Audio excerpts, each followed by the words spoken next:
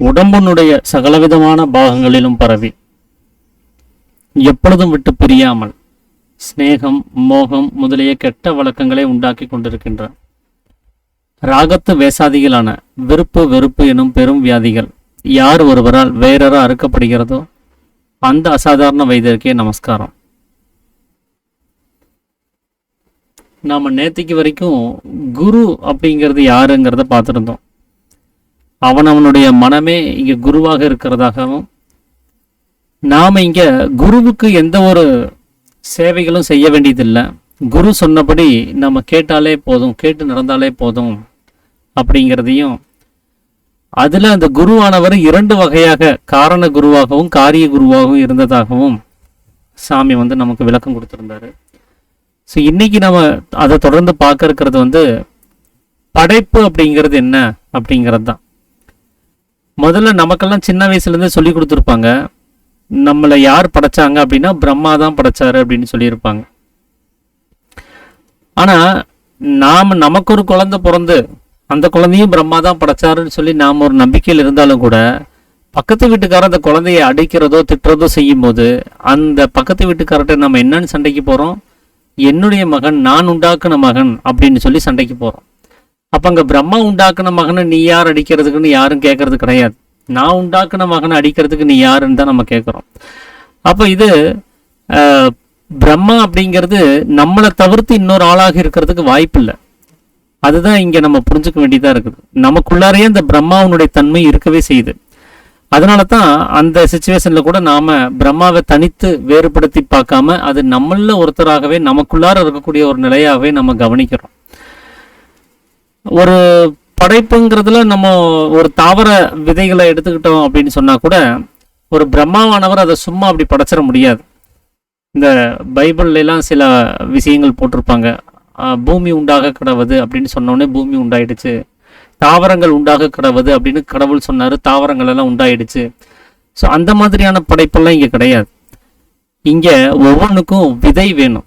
அந்த விதையிலிருந்து தான் ஒரு விஷயம் முளைச்சு ஒரு உயிரானது உற்பத்தியாகி வர வேண்டியதாக இருக்குது. ஒரு தாவரங்கள் எடுத்துட்டாலும் ஒரு விதை வேணும், நாம உண்டாகணும்னாலும் ஒரு விதை வேணும். அப்படி நமக்கு பிஜமாக இருக்கக்கூடியது எது அப்படின்னா சுக்கிலம். எப்படி தாவரங்கள் உண்டாகிறதுக்கு ஒரு விதையும், அதுக்கு ஒரு மண்ணும், அதுக்கு தண்ணீரும், அதுக்கு காற்றும், இந்த சூரிய வெளிச்சமும் நமக்கு தேவைப்படுதோ, அதே மாதிரி நமக்கும் இந்த மாதிரியான பஞ்சபூதங்களானது நமக்கு தேவைப்படுது. அப்படி அவரவருக்குள்ளார இருக்கக்கூடிய அந்த பஞ்சபூதங்களுடைய சேர்க்கையில தான், அவங்களுடைய ஆதரவுல தான் நமக்கு இங்க சிருஷ்டியாக உண்டாகிறதுக்கான வாய்ப்புங்கிறது ஏற்படுது. அப்போ ஒரு விதையாக இருக்கக்கூடிய அந்த சுக்கிலமானது கர்ப்ப பாத்திரம்னு சொல்லக்கூடிய ஒரு வயல் வெளியில போய் விழுந்து அது ஒரு கருவாக பிடிச்சு ஒரு கதிராக அது வளர்ந்து முதிர்ந்து வரணும் அப்படின்னு சொன்னா, அதுக்கு சம்யோகம் அப்படின்னு சொல்லக்கூடிய அந்த பண்படுத்தக்கூடிய அந்த வேலையானது நடக்கணும். இதை பத்தி சாமி ஏற்கனவே 6ஆம் அத்தியாயத்துல விளக்கமா சொல்லியிருப்பார். எப்படி நாம ஒரு வயலை நம்ம நல்லா உழுது அதை சேராக்கி நல்லா பண்படுத்திட்டு அதுக்கப்புறம் விதையை போடும் போது அந்த விதையானது கீழ்முகமாகவும் அது வளரும். விதையானது மேலே வளர்றது மட்டும் வளர்ச்சி கிடையாது, அது கீழேயும் பூமியை தொலைச்சிட்டு அது வளரணும். மேலே எந்த அளவுக்கு வளருதோ அதே அளவுக்கு கீழேயும் வளரும். அது கீழே வளர்றத நம்ம வேர்னு சொல்றோம், மேலே வளர்றத தண்டு அப்படின்னு சொல்லுவோம். அப்படி அது கீழே வேர் பிடிக்கிறதுக்கு அந்த மண்ணானது ரொம்ப கெட்டியா இருந்தா முடியாது. அப்போ அதை நம்ம தண்ணி ஊற்றி நல்லா சேராக்கி அதை நல்லா கொலான்ட்டு நல்ல ஒரு பண்படுத்தின வேலையை செஞ்சதுக்கப்புறம் அந்த விதையை போடுறது தான் அங்கே முளைக்கிறதுக்கு ஒரு காரணமாகுது. அதே மாதிரி தான் நம்மளுடைய பிஜமாக இருக்கக்கூடிய சுக்கிலமானது கர்ப்ப பாத்திரத்தில் விழுகிறதுக்கு முன்னாடி சம்யோகம் அப்படின்னு சொல்லக்கூடிய செயல்முறையினால அந்த கர்ப்ப பாத்திரமானது நல்லா பண்படுத்தப்படுது. அப்படி பண்பட்டதுக்கு அப்புறம் தான் அந்த கர்ப்ப பாத்திரத்துக்குள்ளார சுக்கிலமானது போய் விழுகுது. அப்படி அந்த சுக்கிலத்தை அங்க தள்ளுறது யாரு அப்படின்னா அவனுக்குள்ளார இருக்கக்கூடிய ஜீவசக்தியான வாயு தான். அப்போ ஜீவசக்தியான வாயு தான் இங்க ஒரு சிருஷ்டி அப்படிங்கிறத உண்டாக்குறதுக்கு காரணமா இருக்குது. அந்த ஜீவசக்தியான வாயுவானது எங்க நடமாடிட்டு இருக்குது அப்படின்னா அது இந்த ஜடமாக இருக்கக்கூடிய உடம்புக்குள்ளார. அங்கதான் சுக்கிலமும் உற்பத்தி ஆகுது, சுக்கிலமும் அங்கதான் ஸ்டோர் செய்யப்படுது, இந்த ஜடமா இருக்கக்கூடிய உடம்புல தான். இந்த ஜடமா இருக்கக்கூடிய உடம்பு தான் சம்யோகமும் செய்யுது. அந்த சம்யோகத்தின் நிமித்தமாகத்தான் இன்னொரு கர்ப்ப பாத்திரம் அப்படிங்கிறதும் ஜடமாக இருக்கக்கூடிய உடம்புல தான் இருக்குது. அந்த கர்ப்ப பாத்திரத்துல தான் சந்தானமானது வளர்ந்து வர வேண்டியதா இருக்குது. ஸோ இந்த ஜடமாக இருக்கக்கூடிய இந்த உடம்பு அதுதான் பிரம்மா ஆகிய அகங்காரம். அந்த அகங்காரமாக இருக்கக்கூடிய அந்த பிரம்மாவினால் உண்டாக்கப்பட்டது தான் நாம அப்படின்னு சொல்றாங்க. அப்படின்னு சொன்னா அதுல அகங்காரம்னு சொல்லக்கூடிய அந்த நிலைமை அதோட சம்பந்தப்பட்டதுனால தான். எப்படி ஒரு ராமன் அப்படிங்கிறவரு வாளினால் வாளையை வெட்டினான் அப்படின்னு ஒரு உதாரணம் வருது. அவர் அங்க வாள்ங்கிற ஒரு ஆயுதத்தை வச்சு வாளைங்கிற ஒரு பொருளை வெட்டியிருக்கிறாரு. அப்படிங்கிற மாதிரி இந்த பிரம்மாவாக இருக்கக்கூடிய அகங்காரமானது சம்யோகம் அப்படின்னு சொல்லக்கூடிய செயல் மூலமாக சுக்கிலம்ங்கிற பொருளை வைத்து தான் இங்க சம்யோகத்தையும் செய்யுது. அப்போ சுக்கிலத்தை இன்னொரு கர்ப்ப பாத்திரத்துக்கு டிரான்ஸ்ஃபர் பண்றதுக்கு தான் அது அந்த சம்யோகத்தை பயன்படுத்திக்குது. அந்த செயல்முறையை அந்த அகங்காரமாக இருக்கக்கூடிய பிரம்மா செய்யலை அப்படின்னு சொன்னா இந்த சுக்கிலமானது அந்த கர்ப்ப பாத்திரத்தில் போய் விழுகிறது கிடையாது. அப்படிதான் இந்த பிரம்மாவனுடைய அந்த சிருஷ்டி அப்படிங்கிறது இங்க இருக்குது. அப்போ இந்த ஆண் பெண் சேர்க்கை அப்படின்னு சொல்றது கூட இங்க வெளியில இருக்கக்கூடிய அந்த ஆண் பெண் சேர்க்கையை விடவும் உள்ளுக்குள்ளார ஒரு ஆண் பெண் சேர்க்கைங்கிறது இருக்குது. அதுதான் இந்த சுக்கிலத்தினுடைய இலகுறதுக்கு முக்கிய காரணமா இருக்குது. அவனவனுக்குள்ளார இருக்கக்கூடிய சக்தியாக இருக்கக்கூடிய மனம், அடுத்தது புறத்தில் வசிக்கக்கூடிய புருஷனாக இருக்கக்கூடிய ஜீவன், இந்த ஆணும் பெண்ணும் சேருவதனால தான் சுக்கிலமானது இலகி அது கீழ்முகம் அடையுது. அதைத்தான் ஜீவசக்தியான வாயுவானது கர்ப்ப பாத்திரத்தில் தள்ள முடியுது. அப்படி உள்ளுக்குள்ளார இருக்கக்கூடிய ஆணும் பெண்ணும் சேருவதனால தான் நான் அப்படிங்கிற அகங்காரமாகிய இந்த ஜடமானது இங்க உண்டாயிருக்குது. அதனால தான் சாமி நம்மளுடைய அப்பா அம்மா யாரு அப்படின்னா அது ஜீவனும் மனசும்னு சொல்லியிருப்பார். சிவனும் சக்தியுமே எல்லாருக்கும் அம்மா அப்பாவாக இருக்கிறாங்க, தாயும் தகப்பனுமாக இருக்கிறவங்க அப்படின்னு சொல்லியிருப்பாரு. அப்படிதான் இந்த சிருஷ்டியினுடைய நிலைமைங்கிறது இருக்குது. இதுல இந்த உடம்ப நம்ம சரீரம் தேகம் அப்படின்லாம் நம்ம சொல்லி வச்சிருப்போம். அது இந்த அகங்காரம்ங்கிற நிலைமை இருக்கிறதுனால தான், நான் அப்படிங்கிற ஒரு நிலைமை இருக்கிறதுனால தான் இந்த உடம்ப நாம சரீரம் தேகம்னு சொல்லி நம்ம தப்பா புரிஞ்சு வச்சிருக்கிறோம். எப்படின்னா ஒரு வாழைப்பழம் இருக்குது அப்படின்னா அந்த வாழைப்பழத்துல அந்த பழமும் தோலும் அப்படி கூடியிருந்தாலும் அந்த வாழைப்பழம் தான் சொல்றோம். அதுல தோலை அகற்றிட்டு வெறும் கனியை மட்டும் காமிச்சாலும் அதையும் வாழைப்பழம் தான் சொல்றோம். அப்போ இதுல அந்த தோலை மட்டும் தனியா எடுத்ததுக்கு அப்புறம் தான் அந்த வாழைப்பழ தோல் அப்படிங்கிற வார்த்தையே வருது. அப்போ முதல்ல அந்த தோலோடு சேர்ந்து இருக்கக்கூடிய பழத்தை நம்ம என்ன சொல்லியிருக்கணும், வாழைப்பழம் அதாவது தோலோடு கூடியுள்ள வாழைப்பழம் அப்படின்னு சொல்லி இருக்கணும். ஏன்னா அங்க தோலானது அங்க இருக்கவே செய்யுது, அது பழத்திலேயே ஒட்டிட்டு தான் இருக்குது.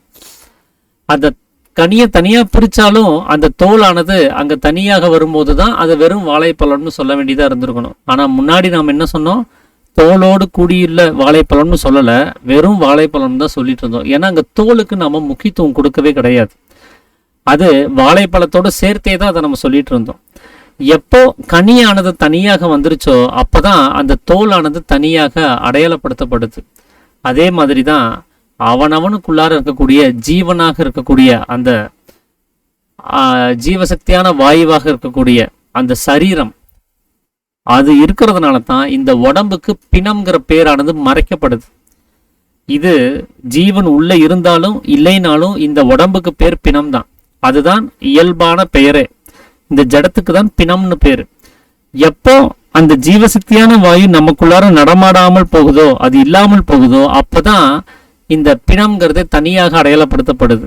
எப்படி அந்த கனியை நீக்கினதுக்கு அப்புறம் தோல் அடையாளப்படுத்தப்பட்டுச்சோ அந்த மாதிரி உள்ளுக்குள்ளார இருக்கக்கூடிய ஜீவனானது நீங்கினதுக்கு அப்புறம் தான் இதனுடைய யதார்த்தமான பெயரானது வெளிப்படுது. அது வரைக்கும் அந்த உள்ள இருக்கக்கூடிய எப்படி வாழைப்பழத்தவே அந்த தோலையும் சேர்த்தே வாழைப்பழம்னு சொல்லிட்டு இருந்தோமோ அந்த மாதிரி இந்த ஜடமாக இருக்கக்கூடிய பிணத்தையும் சேர்த்தே தான் சரீரம்னு சொல்லிட்டு இருக்கிறோம்.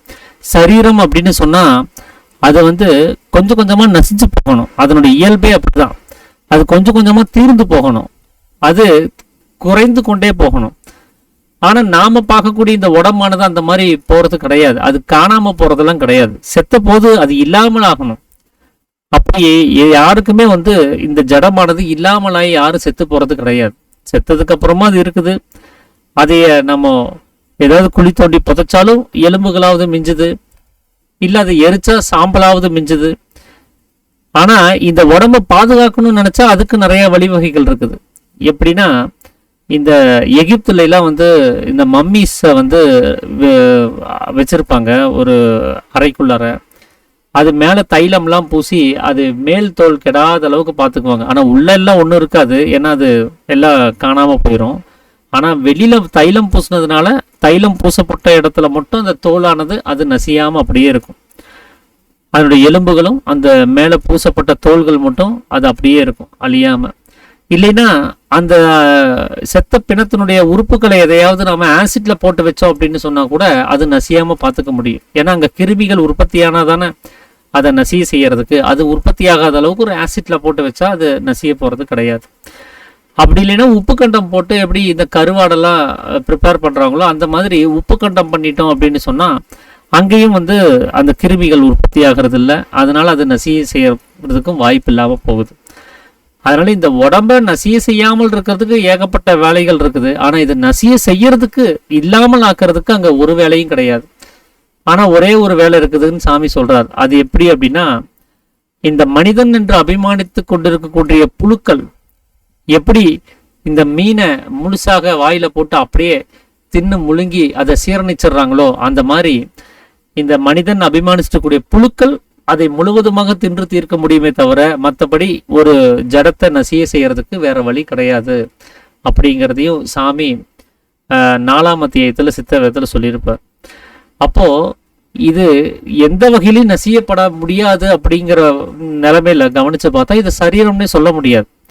ஏன்னா சரீரம்ங்கிறது அது குறையணும், அது தீர்ந்து போகணும், குறைஞ்சு போகணும்.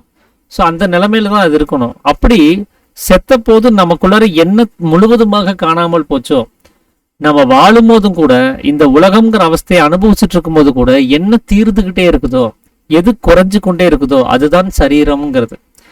அது ஜீவசக்தியான வாயு தான். அந்த ஜீவசக்தியான வாயு தான் செத்து போன பிணத்துக்கிட்ட காணாம போச்சு. அந்த ஜீவசக்தியான வாயு தான் நம்ம இந்த வெளி உலகத்தோட சம்பந்தப்பட்டு இருக்கும் போதெல்லாம் அது தீர்ந்துகிட்டே இருக்குது. அப்போ அந்த ஜீவசக்தியான வாயு தான் இங்க சதா நாசம் அடைஞ்சுட்டே இருக்குது. அதுதான் சரீரம்னு சொல்ல முடியும். அப்படிப்பட்ட அந்த நிலைமையை நாம கவனிக்காம இந்த உடம்ப சரீரம்னு நம்பிட்டு இருக்கிறோம் அப்படின்னு சொன்னா அதுக்கு காரணம் அந்த அகங்காரம் தான். அப்போ இந்த ஜீவசக்தியான வாயு வெளியில போய் நாசம் அடைகிற அந்த நிலைமையை சரீரம்னு சொல்றபடி அது சப்த ரூபமாகவும் அது நசிஞ்சு போகக்கூடிய நிலைமைக்கு தான் தேகம்னு பேர். தகித்து கொண்டிருப்பது அப்படின்னு சொல்லி அதுக்கு அர்த்தம். தகதீதி தேகம் அப்படின்னு கூட சொல்லுவாங்க. அது தகித்து கொண்டே எரிந்து கொண்டே போகக்கூடியது. சப்தம் அப்படிங்கிறது அக்னி ஸ்வரூபமாக இருக்கக்கூடிய ஒரு வஸ்து. அது எரிந்து தான் சப்தமாக வெளியில போகுது.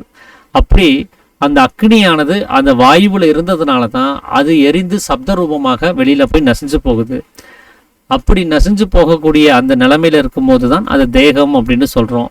அதனால இந்த வெளியில இருக்கக்கூடிய இந்த ஜடமாக இருக்கக்கூடிய அந்த உடம்பு இங்க எந்த ஒரு சிருஷ்டியும் உண்டு பண்றது கிடையாது.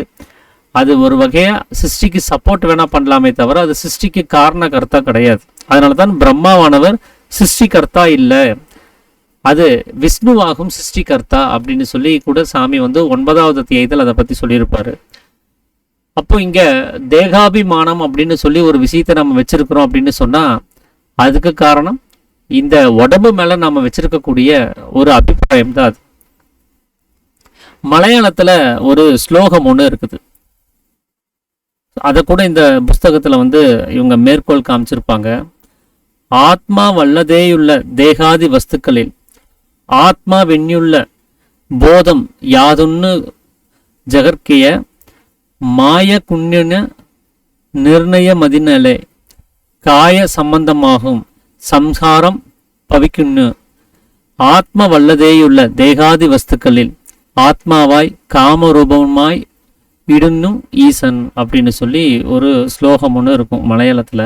ஸோ அதனுடைய அர்த்தம் என்ன அப்படின்னா, இந்த மாயையா இருக்கக்கூடிய இந்த நிலைமைகள்ல இங்க எல்லா வகையிலையுமே இந்த ஜீவனானது வெளியில இருக்கக்கூடிய விஷயங்கள்ல பந்தப்பட்டு அது இந்த சம்பந்தப்பட்டு அது கொஞ்சம் கொஞ்சமா தீர்ந்துகிட்டே இருக்குது.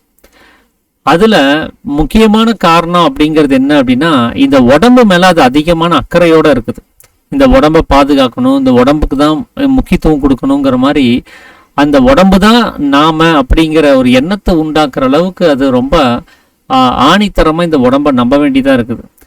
அப்படிதான் இந்த தேகம் அப்படிங்கிறது இந்த உடம்பு தான் அப்படின்னு நாம நினைக்கிற அளவுக்கு அது அவ்வளவு தூரம் அது போயிடுச்சு.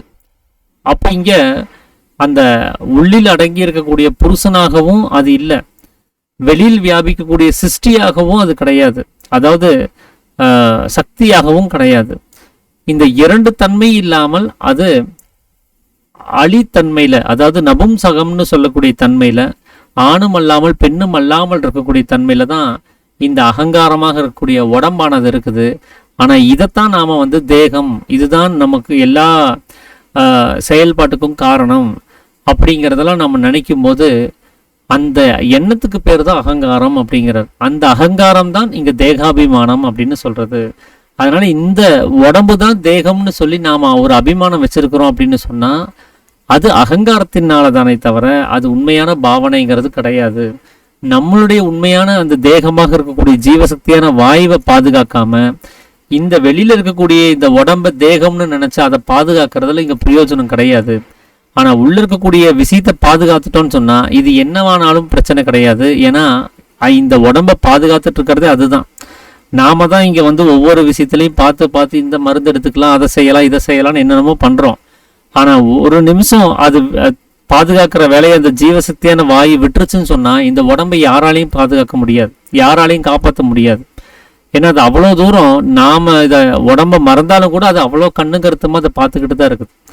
அதனால நாம ஜீவனை பாதுகாத்துக்கிட்டா போதும், அந்த ஜீவன் இந்த உடம்ப நம்மளை விட நல்லாவே பாதுகாத்துக்கும். ஏன்னா அது தனக்காக வேண்டி தான் சுகமா வசிக்கிறதுக்காக வேண்டி அந்த ஜீவனால உண்டாக்கப்பட்டது தான் இந்த உடம்புங்கிறது.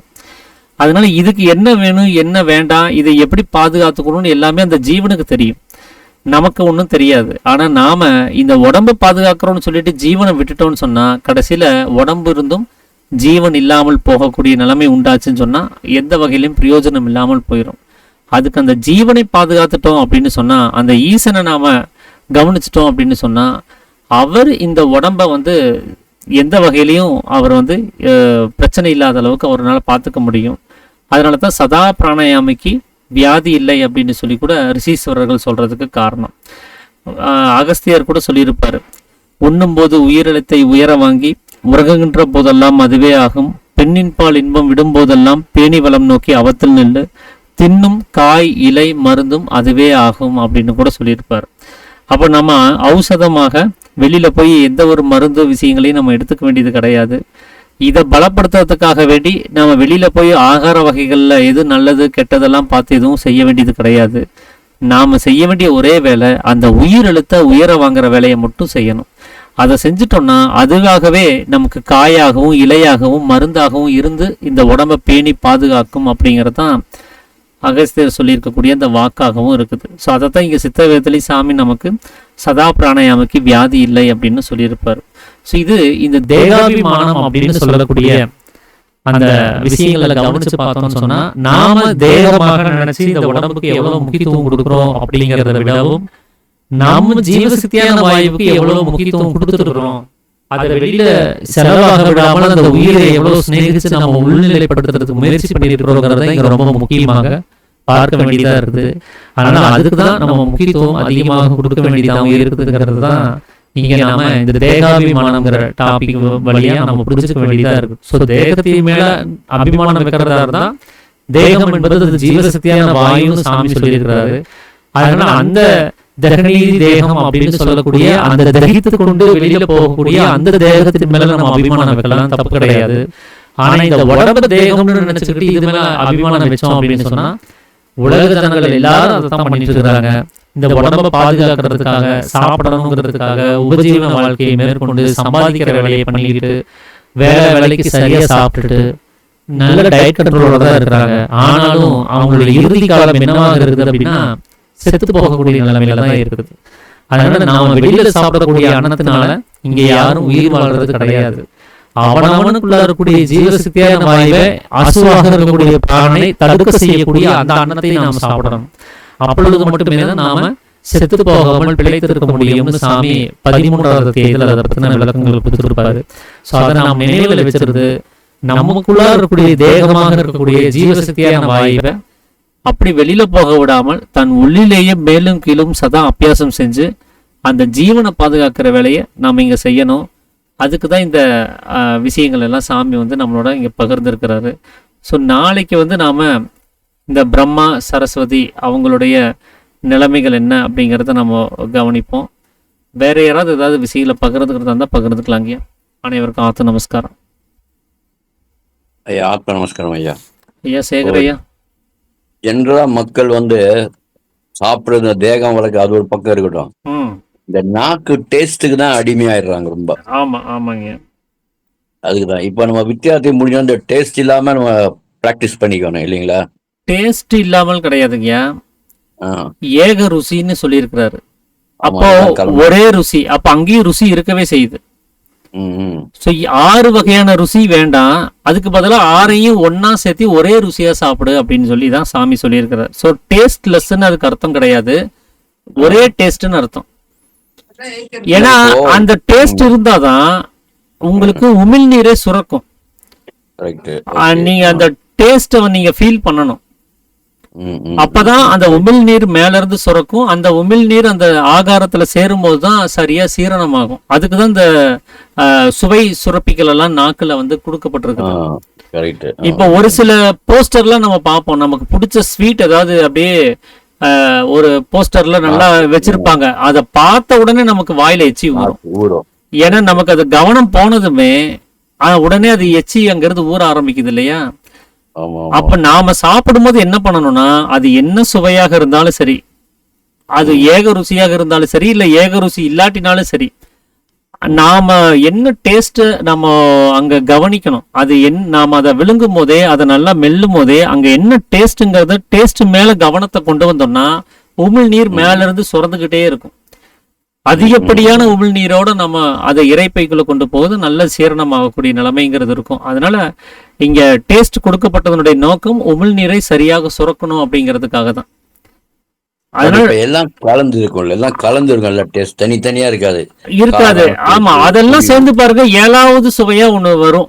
அதுல எல்லாம் கலந்ததுக்கு அப்புறம் ஆமா வித்தியாசமா இருக்கும். அதுவும் ஒரு டேஸ்ட் தான். அது நம்ம அதுக்கு ஒன்னும் பேர் வைக்கல, அவ்வளவுதான். 7வது அதுக்கு ஒரு பேர் வைக்காம விட்டுட்டோம். அதுதான் ஏக ருசி. ஆமா, அது சாமி ஏக ருசி அப்படின்னு ஒரு பேர் வச்சிருக்கிறாரு, ஒரே ருசி அப்படின்னு பேர் வச்சிருக்கிறாரு. ஸோ அங்கேயும் டேஸ்ட் இருக்கவே செய்யுது. அது மேல கவனத்தை வைக்கும் போதும் அந்த சுரப்பி சுரக்கவே செய்யுது. அதனால டேஸ்ட் இல்லாம சாப்பிட்டோம் அப்படின்னு சொன்னா அந்த உமிழ்நீர் சுரக்காது. அதனால நமக்கு சீரணத்துக்கு தான் ஏதாவது இடையூறு உண்டாகும். இப்போ இந்த டேஸ்ட் பட் கூடயா இப்போ மிருகங்கள் இந்த பூனையெல்லாம் பாத்தீங்கன்னா அது ஸ்வீட்டே சாப்பிடுறது இல்ல. இப்ப நாய் கூட ஸ்வீட் சாப்பிடுது, பூனை ஸ்வீட்டே டச்சே பண்றது இல்ல. அது சில பட்டு தான் அந்த மிருகங்கள் இருக்கு, நமக்கு தான் எல்லாமே இருக்குது. அது படைப்பு ரகசியம் அதெல்லாம். ஆனா ஒரு சில மிருகங்கள் இருக்குது, இந்த ஹனி பேஜர் அப்படின்னு சொல்லி ஒரு மிருகம் இருக்குது. அது தேன் கூட்டுல இருக்கக்கூடிய அந்த தேனை திருடி திங்கிறது தான் அதனுடைய வேலை. ஆமா, அது பாக்குறது அது தேனை மட்டும் சாப்பிடாது. காலையில தேன் சாப்பிட்டுச்சுன்னா மத்தியானம் போய் ஒரு நாகப்பாம்பை பிடிச்சி சாப்பிடும். அப்படி அந்த ஹனி பேஜரை பத்தி நீங்க ஏதாவது வீடியோஸ் பாத்தீங்கன்னா தெரியும். அது ரொம்ப ஒரு தைரியமான விலங்குன்னு சொல்லுவாங்க. சின்னதா தான் இருக்கும் சைஸ்ல, ஆனா அது பாத்தீங்கன்னா பெரிய பெரிய யானையோட சண்டை போட்டு இருக்கும், முதலையோட சண்டை போடும். அந்த மாதிரியான ஒரு வித்தியாசம் எல்லாம் இருக்குது இந்த உலகத்துல. அந்த ஹனிய விரும்பக்கூடிய அந்த உயிரினங்கள் கூட இருக்கவே செய்யுது, அது இனிப்ப விரும்பக்கூடிய உயிரினங்களும் இருக்கவே செய்யுது.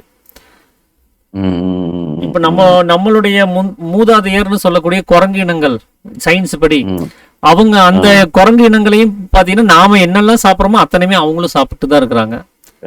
நாம கையில கோகோ பெப்சியோ எடுத்துட்டு ஏதோ ஒரு பிக்னிக் போகுதுன்னா அதை வாங்கி அவங்க குடிக்கவும் செய்யறாங்க. அதனால அது நம்ம இவங்க இதுதான் அப்படின்னு சொல்லி நம்ம தீர்மானிக்க முடியாது. நம்மளோட பழகிட்டாங்க அப்படின்னு சொன்னா நம்ம வளர்த்துற நாய் கூட எல்லாமே சாப்பிட ஆரம்பிக்குது. ஆமா. இப்போ நமக்கு எது சாப்பிட்டா உப்பு தேவைப்படுது, ஆனா ஆமா. இந்த மிருகங்கள் அந்த உப்பு தேவைப்படுறது கிடையாது. ம், ம். அப்படிங்களா? ஆமா. இன்னொன்னு நாம வந்து அந்த விஷயங்களை சமைச்சு சாப்பிடுறோம். ஆமா, அவங்க அப்படியே மற்ற சாப்பிடுறாங்க. உயிரினங்கள் வந்து சமைச்சு சாப்பிட்றதில்ல. அவங்க அப்படியே தான் அவங்க சாப்பிட்றாங்க. நாம தான் அதை குக் பண்ணி சாப்பிட்றதுனால அந்த குக்கிங்கில் நமக்கு இன்னும் கொஞ்சம் டேஸ்ட்டை ஆட் பண்ணணும் அப்படின்னு சொல்லி நாம அதை கொஞ்சம் கொஞ்சமாக அதை மாற்றிட்டோம். அதான். ஆமா, இப்போ சிங்கம் புலி எல்லாம் வந்து அப்படியே கறி சாப்பிடுது.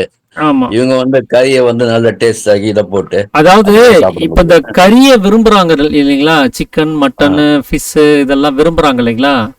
ஆ, அவங்களுக்கு அப்படியே பச்சையா கொடுத்தீங்கன்னா வாமிட் பண்ணிடுவாங்க. சாப்பிட முடியாது அதான். அவங்கனால. அவங்க அதை Correct, correct. குக் பண்றதுனால தான் அது அவங்களுக்கு தகுந்தபடி அது இந்த உடம்புக்கு தகுந்தபடி ஆமா, அதை ஆமா. ஏமாத்தி தான் கொடுக்குறாங்களே தவிர அதை உள்ளதை உள்ளபடி கொடுத்தீங்கன்னா இந்த உடம்பே அதை அக்செப்ட் பண்ணாது. அதுதான். நீங்க பச்சையா வந்து நீங்க காய்கறிகளை சாப்பிடுங்க, இந்த உடம்பு அக்செப்ட் பண்ணிக்கும். ஆமா, ஆனா நீங்க பச்சையாவே வந்து அந்த மிருகாதிகளுடைய உடம்புகளை கொடுத்தீங்க அப்படின்னு சொன்னா இந்த உடம்பு ஏத்துக்காது. வாமிட் ஆயிரும், இல்லைன்னா அந்த வயித்தால போக அதுதான். ஆரம்பிச்சிரும்.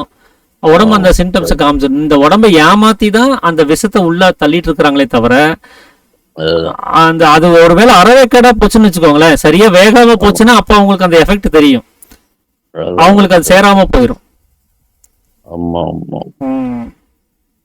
Okay. நன்றி ஐயா. சந்தோஷம். ஆ, சுப்பிரமணியம் ஐயா. நமஸ்காரங்க. நமஸ்காரம். நமஸ்காரம். ஆமாங்க, நமஸ்காரங்க. ஐயா, இப்போ நீங்க சேகர் ஐயாவும் நீங்க ரமேஷ் ஐயாவும் இந்த கன்வர்சேஷன் கேட்டுட்டு இருந்தேன். சரிங்க. அதோட ஒரு 2 வரி சேர்த்துக்கலாம்னு ஆசை. சொல்லுங்க சொல்லுங்க. ஐயா, இப்போ வந்துங்க நம்ம வந்து ஆன்மா வந்து அழிவில்லாதது, உடம்பு அழியக்கூடியது அப்படின்னு சொல்லிட்டு டெய்லி நான் ஒரு 10 முறை சொல்லிட்டே வர்றேன். இந்த அப்படி சொல்லி சொல்லி நான் எனக்கு நானே ப்ராக்டிஸ் பண்றேன். அடுத்ததா வந்து என்னுடைய வேலைகள் மேக்சிமம் அடுத்தவங்களுக்கு கொடுக்காம, அடுத்தவங்கள டிபெண்ட் பண்ணாம நம்மளே வந்து அதை செஞ்சே ப்ராக்டிஸ் பண்ணிக்கிட்டே இருக்கோம். ஒன்று.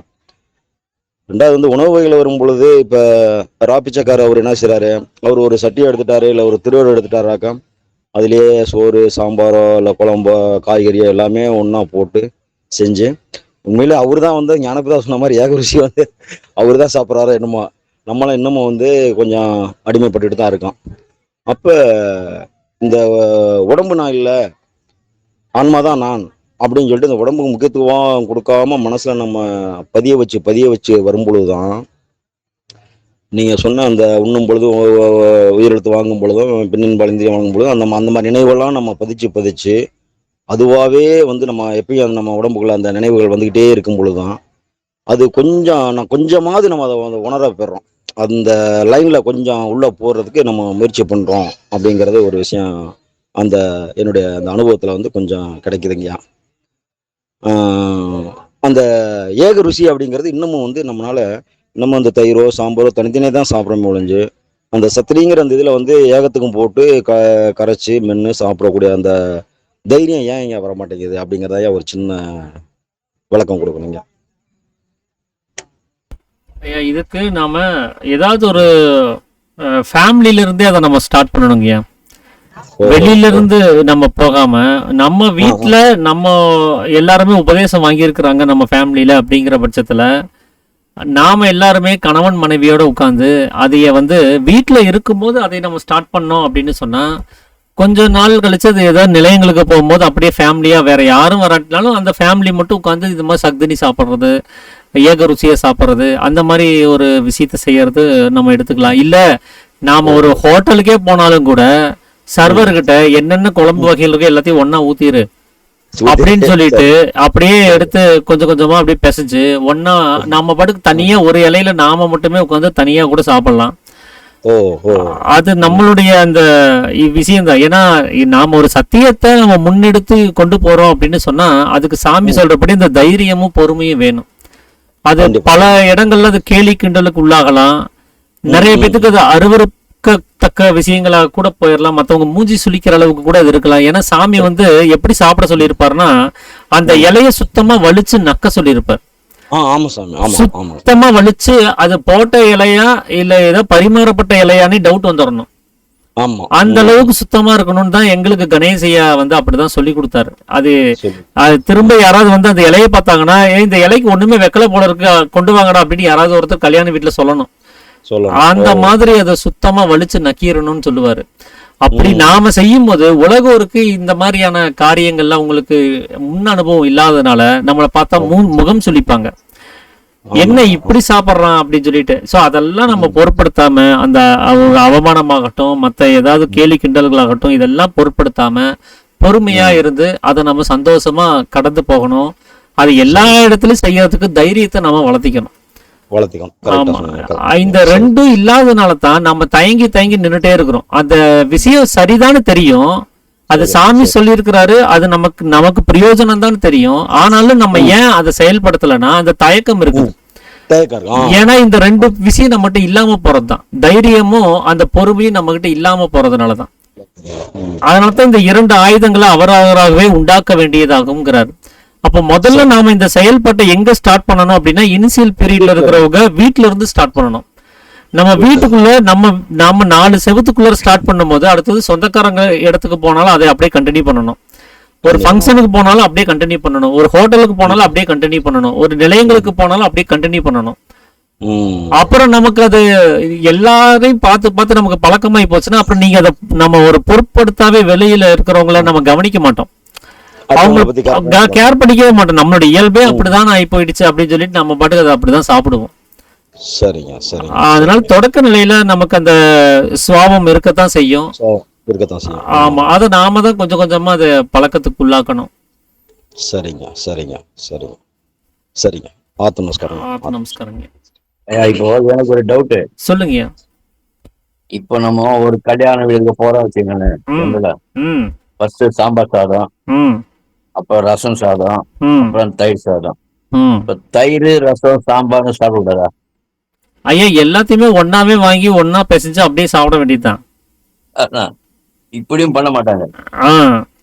இப்படி பண்ணாலும் உள்ள போய் ஒன்னாதான் கலக்குது. ஆமா, ஆனா அதான் சாம்பார் ரசம் தயிர். தயிர் ரசம் சாம்பார் சாப்பிடலாமே? எப்படி வேணா சாப்பிடலாம். ஆனா நீங்க ஒரே இலையில நீங்க கொஞ்சம் கொஞ்சமா அதை வாங்கி கொஞ்சம் கொஞ்சமா எல்லாத்தையுமே அதுல போட்டு ஒன்னா பிசைஞ்சு அப்படி சாப்பிடும் போது அது ஏக ருசியாக அது இருக்கும்.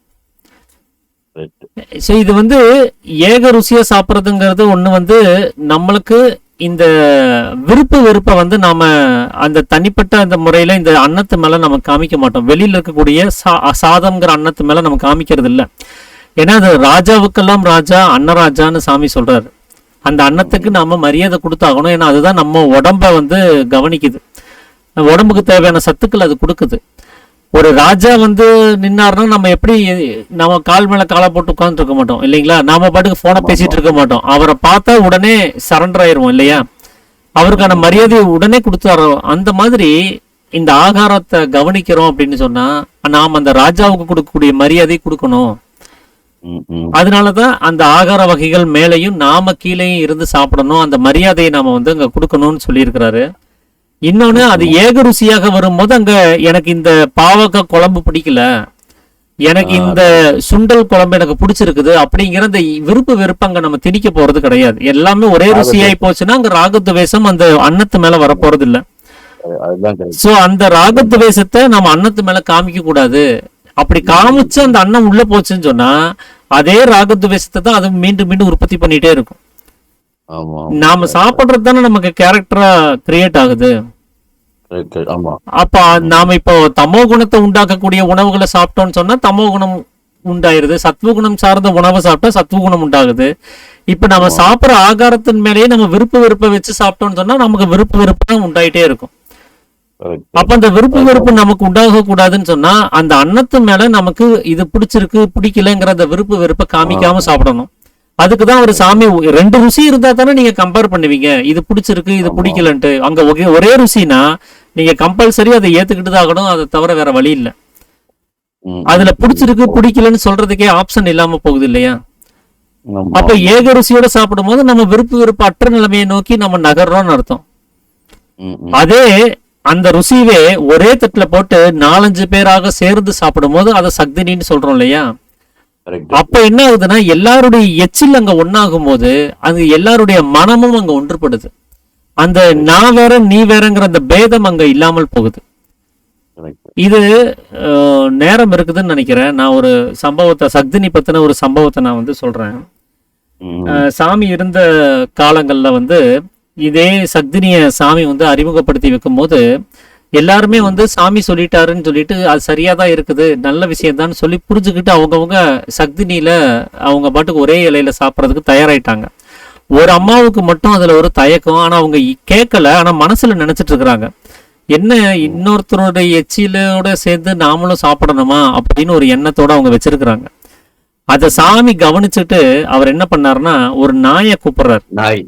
இங்க வா அப்படின்னு சொல்லி ஒரு நாயை கூப்பிட்டு ஒரு இலையில இவரும் அந்த நாயும் சேர்ந்து சாப்பிடுது. சாப்பிட்டு முடிச்சதுக்கு அப்புறம் சாமி வந்து அந்த அம்மாட்ட சொல்றாராமா, நான் நாயோட சேர்ந்து நான் சாப்பிட்டேன், இங்க இருக்கிறதெல்லாம் மனுஷங்க தான், நீ தாராளமா சாப்பிடலாம், தப்பு கிடையாது, அந்த இதெல்லாம் நீ பேதம் பார்க்க வேண்டியது இல்லை அப்படின்னு சொன்ன உடனே அந்த அம்மாவுக்கு ஐயோ நம்ம மனசுல நினைச்சது இவர் இப்படி போட்டு உடைச்சிட்டாரு அப்படின்னு சொல்லிட்டு, ஐயா நான் செஞ்சது தப்பு தான், அப்படி நான் நினைச்சிடக்கூடாது, கரெக்டு தான் அப்படின்னு சொல்லி அவங்க ஒரு விஷயத்துல சொல்லுவாங்க ஆசிரமத்துல. ஆனா அதுல இன்னும் நம்ம டீப்பா யோசிக்க வேண்டிய விஷயம் என்ன அப்படின்னா, நாய் நம்மள மாதிரி அது மேலோட்டமா சாப்பிட்றது கிடையாது, அது நேரடியாக நாக்க அந்த இலையில நக்கி தான் சாப்பிடும். அப்ப அந்த நாயினுடைய எச்சிலையும் சேர்த்து தான் சாமி சாப்பிட்றாரு. நம்மள மாதிரி கையில எடுத்துட்டு சாப்பிட்ற அந்த வேலை அவங்க கிட்ட கிடையாது இல்லையா, ஒரு நாய்கிட்ட கிடையாது. சோ நாயினுடைய எச்சிலோட சேர்ந்துதான் சாமி சாப்பிட்றாரு. இப்படிதான் சக்தினி சாப்பிடணும் அப்படின்னு சொல்றாரு. அப்படின்னு சொன்னா அங்க எச்சிலானது பரிமாறப்பட்டாதான் அந்த பேதம் நீங்கும்னு அர்த்தம். நம்ம அந்த சக்தினியில உட்கார்ந்துட்டு கூட ஐயோ அவர் சைடு நம்ம போக வேண்டாம், அங்க எச்சில் இருக்கும், நாம நம்ம சைடுல இருக்கிறத மட்டும் சாப்பிடலாம், இதை மட்டும் நம்ம எடுத்துக்கிட்டு போதும்னு சொல்லி எந்திரிச்சிடலாம், அவங்களோட எச்சில் நம்ம தொடாத அளவுக்கு வச்சு சாப்பிடலாம்னு சொல்லி இந்த மாதிரி பேதங்களோட எல்லாம் இந்த சக்தினி சாப்பிட்டோம்னு சொன்னா அதுல பிரயோஜனம் இல்லை. அந்த சக்தினி பிரயோஜனப்படணும் அப்படின்னு சொன்னா ஒரே எச்சிலாக இருக்கணும். ஒரே தட்டுல சாப்பிட்றது அப்படின்னா அது ஒரே எச்சிலாக இருக்கணும் அப்படிங்கிறது தான் அதனுடைய அர்த்தம். ஏன்னா அந்த எச்சில் ஒன்றாகும் போது அங்க நான் நீங்கிற பேதம் அங்க இல்லாமல் போகுது. அதைத்தான் சாமி அங்க கொண்டு வரணும். அந்த ஏகோதர சகோதரத்துவமானது அங்கிருந்து தான் தொடங்க முடியும் அப்படிங்கிறதுக்காக அவர் கொண்டு வந்த ஒரு விஷயம் அது. அப்ப முதல்ல ஏக ருசியாக நாம சாப்பிட்றோம் அப்படின்னு சொன்னா குடும்பத்தோட நம்ம சேர்ந்து சாப்பிடும் போது ஏக ருசியோடையும் கூட சக்தினியாக எல்லாரும் சேர்ந்து ஒரே தட்டுல சாப்பிட்றதுக்கான பழக்கங்களை கொண்டு வரணும். அட்லீஸ்ட் இந்த உபதேசம் வாங்காத குழந்தைகள் இருக்கிறாங்கன்னு சொன்னா அவங்கள தவிர்த்துட்டு கணவன் மனைவி சேர்ந்து தானே எப்படியும் உபதேசம் வாங்குறோம். கணவன் மனைவி இல்லாமல் யாரும் இங்க தனித்தனியாக உபதேசம் யாருக்கும் கொடுக்கறது கிடையாது. அப்படி கணவன் மனைவியோட சேர்ந்து தான் உபதேசமே வாங்குறோம். அப்போ கணவன் மனைவியோட சேர்ந்தே தான் சாப்பிடணும். நம்ம வீட்டில் இருக்கிறோம்னு சொன்னா 2 பேருமே ஏக ருசியாக கணவன் மனைவி 2 பேரும் இணைந்தபடியாக தான் சாப்பிடணும். அப்போதான் கணவனுடைய எண்ண ஓட்டம் மனைவிக்கும் மனைவினுடைய எண்ண ஓட்டம் கணவனுக்கும் துல்லியமாக தெரியப்படும். அவங்களுடைய மனசை ஈஸியா நம்ம ரீட் பண்ண முடியும். 2 பேருடைய மனசும் ஒரே ரீடிங்ல போயிட்டு இருக்கும். நாம நினைக்கிறத அவங்களும் செயல்படுத்துவாங்க, நாம பேசுறத அவங்க அக்செப்ட் பண்ணுவாங்க. ஏன்னா இந்த என்ன அந்த ஓட்டம் ஒன்றாக மாறும்போது தான் இந்த மார்க்கத்துல பயணிக்கிறதுக்கு அது இன்னும் பிரயோஜனப்படும். ஒருவேளை மனைவி வாங்காமலே கணவர்கள் வாங்கியிருந்தாலோ இல்ல கணவன் வாங்காமலே மனைவிமார்கள் வாங்கியிருந்தாலோ இந்த மாதிரியான சிஸ்டமேட்டிக் வந்து எதுக்காக சாமி கொடுத்துருக்கிறாருங்கிறத அவங்களுக்கு புரிய வச்சு பக்கத்தில் இருக்கக்கூடிய நிலையங்களுக்கு கூட்டிட்டு போய் அவங்களுக்கு ஒரு உபதேசத்தை வாங்கி கொடுத்துட்டு ஒன்றாக பயணிக்கும் போதுதான் நமக்கு இந்த வித்தையினுடைய மகத்துவமானது இன்னும் ஆழமா அது புரியப்படும். தனித்தனியாக நாம இருந்தோம்னு சொன்னா அதுல அதுவும் பிரயோஜனம் இல்லாம போகுது. இன்னொன்னு இதுல இந்த இப்ப சாப்பிட்றதுல இந்த பிரச்சனை இருக்கு இல்லைங்களா, இதுக்கான சொல்யூஷன் சாமி சொல்லிட்டாரு. சமைக்கிறதுலயும் இருக்குது இதே மாதிரி பிரச்சனை. சமைக்கும் போது எதையாவது நினைச்சிட்டு சமைச்சோம்னு சொன்னா அது கூட அந்த உணவுகள்ல என்ன ஓட்டங்கள் வந்து பதியப்படுதுங்கிற. அப்போ ஆசிரமத்துல என்ன பண்றாங்கன்னா சதா அபியாசம் பண்ணிக்கிட்டே சமைக்கிறாங்க. பரிமாறும் போது பாருங்க அவங்க பேசிக்கிட்டு சிரிச்சுக்கிட்டு கேலி கிண்டலோட அவங்க அதை செய்ய மாட்டாங்க, கதி எடுத்துக்கிட்டே தான் அவங்க அந்த வேலையை செய்யறாங்க. அப்போ ஒரு காய்கறி நறுக்கும் போதும் சரி, அந்த உப்பு காரம் உள்ளுக்குள்ளார போடும் போதும் சரி, அதை பரிமாறும் போதும் சரி, அவங்களோட எண்ண ஓட்டம் எல்லாமே அந்த ஏக சிந்தனையில உள்முகத்திலே இருக்கும்போது அங்க எண்ணங்கள் அற்ற நிலைமைய திரும்ப திரும்ப அவங்க அந்த அன்னத்தின் மேல பதியப்படுத்துறதுனால அதை சாப்பிடும்போது நீங்க ஆசிரமத்துல சாப்பிடக்கூடிய சாப்பாடு எளிமையா ஜீரணமாகிற மாதிரியும் அவங்களுக்கு அங்க இருக்கக்கூடிய அந்த ஃபீலிங் அது தனியா இருக்கும். அந்த 3 நாள் நீங்க ஆசிரமத்துல இருந்தீங்கன்னு சொன்னா நீங்க தனி உலகத்துல இருக்கிற மாதிரி இருக்கும். நமக்குள்ள இருக்கக்கூடிய அந்த மனசுக்குள்ள இருக்கக்கூடிய எண்ண ஓட்டங்களே நிறைய அங்க வந்து காணாம போனதை நம்மளால ஃபீல் பண்ண முடியும். அதுக்கு காரணம் அவங்க அதை கட் பண்ணும் போதும் சரி, சமைக்கும் போதும் சரி, பரிமாறும் போதும் சரி, இப்படி அவங்க எண்ணங்களற்ற நிலைமையில தங்களை வச்சுக்கிட்டு தான் அதை செய்யறாங்க.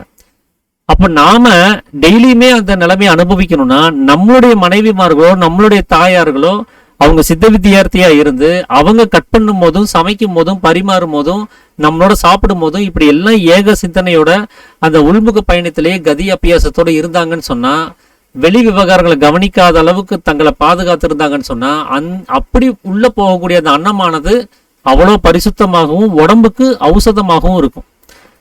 எக்ஸ்ட்ரா பிரச்சனைகளை உண்டு பண்ணாம இருக்கிற பிரச்சனையை சரி பண்ற ஒரு நிலைமையில அது இருக்கும். ஸோ இதெல்லாமே சாமி சிஸ்டமேட்டிக்கா அவரை கவனிச்சு பார்த்து தான் அதெல்லாமே நமக்கு ரூலாகவே கொடுத்துருக்குறாங்க. அதுக்கு தான் கணவன் மனைவி இணைந்து பயணிக்கிறது இங்க ரொம்ப அவசியம் அப்படின்னு சொல்லப்படுறதுக்கு காரணம். இப்போ இன்னும் ஃபாரினர்ஸ் எல்லாம் ஐயா, அவங்க எச்சையெல்லாம் நிறைய பார்க்க மாட்டாங்க, பாத்தீங்களா? ஆமா. அதே மாதிரி அவங்க மவுத் டு மவுத் கிஸ் அடிப்பாங்க. ஆமா, பாத்தீங்களா? அதெல்லாம் அந்த ஒற்றுமை, அந்த இது நம்ம ரொம்ப ஆபாசமா பாக்குறோம். அதான் அந்த காலத்துல இருந்து அங்க ஃபாலோ பண்ணி வராங்க. நம்ம இதுலயும் முதல்ல அந்த மாதிரி ஒரு வழக்கம் இருந்தது. இந்த கணவன் சாப்பிட்ட அந்த எச்ச இலையிலேயே அடுத்தது அவங்க மனைவிமார்களும் சாப்பிடணுங்கிற ஒரு வழக்கத்தை முதல்ல வச்சிருந்தாங்க. அப்புறம் அது காலப்போக்கில் அது காணாம போயிடுச்சு. அவங்களே வச்சானா அந்த கணவன் மனையோட ஒற்றுமை எந்த பின்தடி இல்லாம இருக்கும் அப்படின்னு அந்த பாட்டுல இருக்கும். கரெக்ட் தாங்க. அதே மாதிரி புருஷன் வெளியூர் போயிட்டா கூட புருஷனோட ஏதோ பனியனையோ வேஸ்டியோ ஒய்ஃப் மோந்து பாக்குறதா நான் பார்த்திருக்கேன். எப்பவுமே அவங்க கூட இருக்கும் போது ஃபீலிங்கா இருப்பாங்க. ஐயா நமஸ்காரங்க.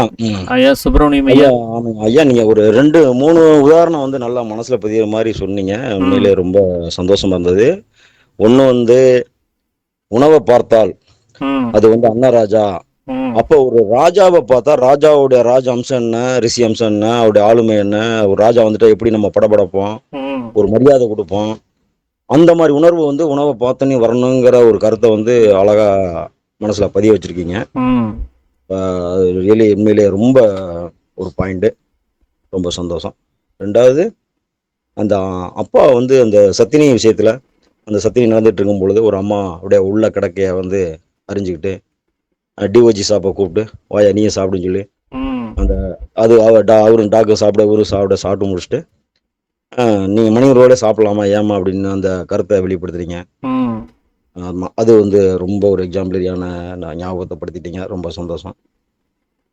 அடுத்து 3வது இந்த இப்போ கடைசியாக சொன்னீங்களே, அந்த அந்த ஐயா சொன்னாங்க லிப்ட் கிஸ்ஸில் சாப்பிட கணவன் சாப்பிட்ட பின்னாடி மனைவி அதில் சாப்பிட செய்கிறது. அந்த கலாச்சாரங்க இன்னமும் நம்ம சவுத்து சைடில் கொஞ்சம் குறைஞ்சிருக்க மாதிரி தான் தெரியுது. நிறையவே குறைஞ்சிருக்கு. ஆனால் வடநாட்டில் அதை நிச்சயம் ஃபாலோ பண்ணுறாங்க. ஆமாம் ஆமாம், அவங்க வடநாட்டில் அந்த கணவன் மனைவி இதை அந்த ரிஸ்தா, அந்த பந்தம், இல்லற தர்மத்தை ரொம்ப ஃபாலோ பண்ணுறாங்க.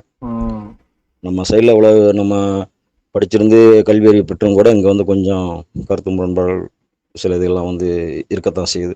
ஆமாம் ஐயா, இதுதான் இங்கே நான் சொல்ல விரும்பிய கருத்து. சந்தோஷங்க, சந்தோஷம், ரொம்ப சந்தோஷம், சந்தோஷங்க. ஆர்ஜி சேகர் ஐயா கேட்ட கேள்விக்கு டாபிக் எங்கெங்கேயோ போய் அது ஒரு தனி டாபிக் பேசின மாதிரி ஒரு நல்ல ஒரு நிலைமை கொண்டு வந்துட்டாரு சேகர் ஐயா. இப்போ ஓஷோவோட குரு மெகர் பாபான்னு வந்தாரு. சரிங்க. அவர் எப்பவுமே ஒரு மக்கு வச்சிருப்பாரு. மக்குல சோறு எல்லாம் போடுவாங்க. அதே வர்றவங்க போறவங்க எடுத்து சாப்பிடுவாங்க.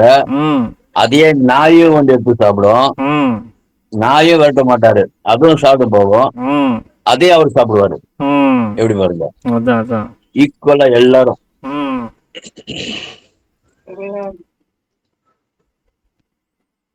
கரெக்ட் தாங்க, நானும் கேள்விப்பட்டிருக்கிறேன். அதுதான். சரிங்க, ரொம்ப சந்தோஷம். இப்போ நிறைவு பண்ணிடலாங்களா? சந்தோஷம், சந்தோஷங்க. அப்போ நாம இந்த உபதேசத்தை வாங்கும் போது ஒரு சத்திய வாசகத்தை முன்னெடுத்து வாங்கியிருப்போம்.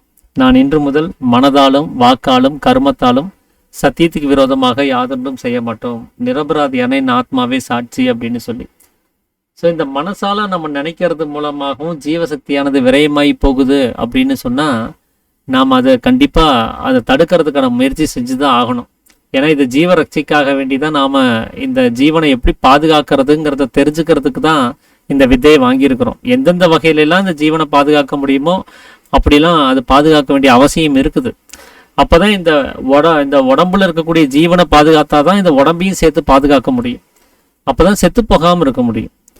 அப்போது அது மனசால அது சிந்தனை மூலமாக போகிறதா இருந்தாலும் சரி, இல்லை வாக்கால சப்தம் ரூபமாக போகிறதா இருந்தாலும் சரி, இல்லை கர்மமாக இருக்கக்கூடிய ஜீவசக்தியான வாயு சுவாசம் மூலமாக, இல்லை புலன்களினுடைய பார்த்தல் கேட்டல் அறிதல்னு சொல்லி ஏதாவது ஒரு வழியாக கர்மமாக இருக்கக்கூடிய வாயு இந்த கர்ம இந்திரியங்கள் வழியாக எந்த வழியாக போகிறதா இருந்தாலும் சரி, இதெல்லாமே தவிர்க்கப்பட வேண்டிய விஷயங்கள் தான். இதெல்லாமே நாம் உள்நிலைப்படுத்த வேண்டிய ஒரு விஷயங்கள் தான் இது. அதுக்கு தான் நம்ம கொஞ்சம் கொஞ்சமாக முயற்சி பண்ண வேண்டியதாக இருக்குது. அதுக்கு நாம் இந்த மேலும் கீழும் நடந்துட்டு இருக்கக்கூடிய சுவாசம்ங்கிற ஒரே ஒரு விஷயத்தை கண்ட்ரோல் பண்ணாலே போதும். நமக்கு இந்த கர்மமாக இருக்கக்கூடிய வாயு உள்ளுக்குள்ளார அடங்கிடுச்சுன்னு சொன்னால் நாம் இந்த புலன்களை தனித்தனியாக அடக்க வேண்டியது கிடையாது. இந்த கண்ணுக்கு தனியாக, காதுக்கு தனியாக, மூக்குக்கு தனியாக, வாய்க்கு தனியாக, தோலுக்கு தனியான்னு சொல்லி எல்லாம் எந்த வேலையும் செய்ய வேண்டியதில்லை. அந்த ஒரே ஒரு வஸ்து எப்படி பஞ்ச பாண்டவர்களுக்கு ஒரே மனைவி பாஞ்சாலி அப்படின்னு சொல்லி இருக்குதோ, அந்த மாதிரி இந்த பஞ்ச இந்திரியங்களுக்கும் ஒரே ஒரு மனைவி தான். அது நம்மளுடைய மனமாக இருக்கக்கூடிய அந்த சக்தி. அந்த ஒரு சக்தியை மட்டும் நம்ம உள்ளுக்குள்ளார ஐக்கியப்படுத்திட்டோம் அப்படின்னு சொன்னால் இந்த பஞ்ச பூதங்கள் காரணமாக இருக்கக்கூடிய இந்த பஞ்ச பாண்டவர்களாக இருக்கக்கூடிய இந்த 5 புலன்களுமே கூட ஐக்கியமாயிரும். அதன் மூலமாக வெளியில் போகக்கூடிய சக்தி இயல்பாகவே அதை தடுத்து நிறுத்திட முடியும். அதுக்கு தான் இங்கே மேலும் கீழும் சதா அபியாசம் அப்படிங்கிறது நமக்கு தேவைப்படுது. அது நம்ம எந்த வேலை செய்யும் போது எப்பவுமே இது நடத்திக்கிட்டே இருக்க வேண்டியதாக இருக்குது. அப்போ தான் அந்த ஜீவனுக்கு தேவையான மேல்கதியானது கிடைக்கப்பெறுது. அதுக்காக தான் இந்த வித்தையை நம்ம வாங்கியிருக்கிறோம். இந்த சத்திய வாசகத்தையும் அதுக்கு தான் நம்ம கொடுத்துருக்குறோம். ஸோ அதனால் இதை நம்ம என்றைக்குமே மறக்கக்கூடாது. எப்போவுமே இந்த கதி அபியாசமானது செஞ்சுக்கிட்டே இருக்கணும். இப்போ இங்கே பேசக்கூடியவங்க அவர் ஜெகதீசன் ஐயாவாகட்டும், இல்லை நானாகட்டும், இல்லை பாலசுப்ரமணியம் ஐயாவாகட்டும், இல்லை வேறு சிலர் இங்கே வந்து பேசினாலும் கூட இதை கேட்கும் போதும் கூட நம்ம கதி அபியாசத்தில் இருந்துக்கிட்டே தான் இருக்கணும். ஏன்னா நாம் வாய்க்கு எந்த வேலையும் செய்யலை. அந்த வாய்க்கு வேலை தரலன்னா உள்ளுக்குள்ளார கதி நடந்துக்கிட்டே இருக்கணும். இந்த சாப்பிடும் போதும் பேசும்போதும் தவிர மீதி நேரமெல்லாம் இந்த கதி அபியாசம் இருந்துக்கிட்டே இருந்தால் தான் நம்ம சுவாசத்தை சீக்கிரமாகவே அதை இயல்புக்கு மாற்ற முடியும், அதை உள்நிலைப்படுத்த முடியும். கிட்டத்தட்ட நம்ம பிறந்ததுலேருந்து நம்ம ஏஜ் எவ்வளோ இருக்குன்னு நினச்சி பாருங்க. 40 வருஷமோ 50 வருஷமோ 60 வருஷமோ எவ்வளோ வேணா இருக்கலாம். அத்தனை வருஷமோ அதை நம்ம வெளியில் விட்டு டெய்லி 16 மணி நேரம் வெளியில் விட்டு ஒரு பழக்கத்தை ஏற்படுத்தி வச்சுட்டோம். இப்போ அதைய உள்நிலைப்படுத்தணும் அப்படின்னு சொன்னால் அது லேசில் 1 மணி நேரம் 2 மணி நேரத்தில் நடக்கிற ஒரு சமாச்சாரம். அதுக்கு நம்ம எவ்வளோ தூரம் நாம் மெனக்கிட வேண்டியதாக இருக்கும். 60 வருஷ பழக்கத்தை நம்ம இயல்பாக 1 வருஷம் 2 வருஷத்தில் எப்படி மாற்றிட முடியும்? அப்போ அதுக்கு நாம் எவ்வளோ அதிதீவிரமாக வேலை செய்யணுங்கிறத நம்ம சரியாக புரிஞ்சுக்கணும். அதுக்கு தான் இந்த முழிச்சிட்டு இருக்கக்கூடிய அத்தனை நேரமுமே மேலும் கீழும் நடத்தி அதை மாற்றி அமைக்கிறதுக்கான அந்த முறையை நம்ம செஞ்சுக்கிட்டே இருந்தால் தான் இது ஓரளவுக்கு சாத்தியமாகும். அப்படிங்கிறதுக்காக தான் சாமி வந்து இந்த சதா அபியாசத்தை நமக்கு வலியுறுத்தி இருக்கிறாரு. அதனால எந்த வேலை செய்யும் போது எப்பவுமே இந்த வேலை, அதாவது வாய்க்கு வேலை தரலனாலே நாம கதி அபியாசத்தை விடவே கூடாது. அந்த வைராக்கியம் நமக்குள்ள இருந்துகிட்டே இருக்கணும். அப்போ அந்த ஜீவன் மேல அந்த எவ்வளவு அந்த ஸ்நேகம் வருதோ, எந்த அளவுக்கு நம்ம அந்த ஜீவனுடைய முக்கியத்துவத்தை புரிஞ்சு வச்சிருக்கிறோமோ அந்த அளவுக்கு நம்ம கதியை அபியாசம் செஞ்சுட்டு இருப்போம்னு அர்த்தம். கதியை மறந்துட்டோம் அப்படின்னு சொன்னா ஜீவன் மேல ஸ்நேகம் இல்லைன்னு அர்த்தம். இப்போ பார்க்கும் போதும் அதை நான் நசிய வச்சுட்டு தான் பார்த்துட்டு இருக்கிறேன், பேசும்போதும் அதை நசிய வச்சுட்டு தான் பேசிட்டு இருக்கிறேன், கேட்கும் போதும் அதை நசிய வச்சுட்டு தான் கேட்டுட்டு இருக்கிறேன். அப்போ ஜீவனை விட மற்ற விஷயங்களுக்கு நம்ம அந்த முதன்மை, அந்த முக்கியத்துவம் நம்ம கொடுத்துருக்கிறதுனால தான் ஜீவன் போனா போது நமக்கு இதுதான் முக்கியம்னு சொல்லிட்டு எதையாவது ஒன்று பண்ணிட்டு இருக்கிறோம். ஸோ இதெல்லாம் சரியாகணும் அப்படின்னு சொன்னா நம்ம அதிக அளவில் இந்த ஜீவனை பற்றின முக்கியத்துவத்தை உணர்ந்து அந்த ஜீவ ஸ்நேகத்தை அதிகப்படுத்தும் போது ஆட்டோமேட்டிக்காக இதெல்லாமே குறைய ஆரம்பிச்சிடும். இன்னைக்கு இதெல்லாம் நம்ம செஞ்சுட்டு இருக்கலாம், ஆனால் நாளைக்கு அதிகமான ஜீவ ஸ்நேகம் ஏற்பட இதெல்லாமே நாம குறைக்க ஆரம்பிச்சிருவோம். இதெல்லாம் செயல்படுத்துறதுக்கு நமக்கு விருப்பமே ஏற்படாது. அப்படி ஒரு நிலைமை வரணும் அப்படின்னா இங்க அந்த ஜீவனுடைய முக்கியத்துவத்தை எப்பவுமே நினைவுபடுத்தணும். அதுக்கு தான் இந்த சித்தவேதம் வாசிக்கிறது, இந்த சத்சங்கம், இதெல்லாமே நம்ம கலந்துட்டு இருக்கிறதுக்கான நோக்கமே அதுதான். ஜீவனுடைய முக்கியத்துவத்தை மறக்காமல் இருக்கணும், அதை நினைவுபடுத்திக்கிட்டே இருக்கணுங்கிறதுக்காக. அதன் மூலமாக நமக்குள்ளார இருக்கக்கூடிய ஜீவ ஸ்நேகத்தை அதிகப்படுத்தி இந்த சதா அபியாசத்தை அதிகப்படுத்தணும் அப்படிங்கிறதுக்காக வேண்டி தான். ஸோ இதைத்தான் இன்னைக்கு நம்ம எல்லாத்துக்கும் நினைவுபடுத்திக்கணும்னு நினைக்கிறேன். ஆர்ஜி சேகரையே ஏதோ ஹேண்ட் ரைஸ் பண்ண மாதிரி இருந்தது, ஏதாவது சொல்ல? ஓகே, பரவாயில்லைங்க. சரிங்க, அப்போ மீதி இருக்கக்கூடிய பாகங்களை நம்ம நாளைக்கு தொடர்ந்து கவனிப்போம். ஜெகதீசன் ஐயா வந்து இந்த ராமதீர்த்தருடைய அந்த விஜயம் பகுதியை நாளைக்கு தொடர்ந்து கவனிப்பாரு. அனைவருக்கும் ஆத்ம நமஸ்காரங்க. அனைவருக்கும் ஆத்ம நமஸ்காரம் ஐயா. அனைவருக்கும் ஆத்ம நமஸ்காரம்.